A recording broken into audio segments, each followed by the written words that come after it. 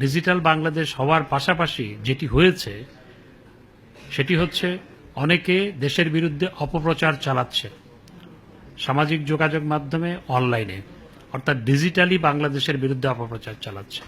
দেশের অভ্যন্তর থেকে চালাচ্ছে, দেশের বাইরে থেকে চালাচ্ছে, নিজের পরিচয় গোপন রেখে চালাচ্ছে অনেকে, এবং অনেকের চরিত্র হনন করছে, সাংবাদিকের চরিত্র হনন করছে, সাংবাদিকের বিরুদ্ধে লিখছে, আবার গৃহিণীর চরিত্র হনন করছে, এবং অনেক সাধারণ মানুষের চরিত্র হনন করছে। দেশের বিরুদ্ধে ষড়যন্ত্র হচ্ছে এবং দেশের বিরুদ্ধে অপপ্রচার চালাচ্ছে। এই করোনার টিকা নিয়েই তো বহু অপপ্রচার হয়েছে। ছেলে দ্বারা গুজব ছড়িয়ে কতজনকে হত্যা করা হলো, এগুলো তো সামাজিক যোগাযোগ মাধ্যমেই করা হয়েছিল। তো এটির জন্য একটি আইনের প্রয়োজন নাই। সেই কারণেই ডিজিটাল নিরাপত্তা আইন।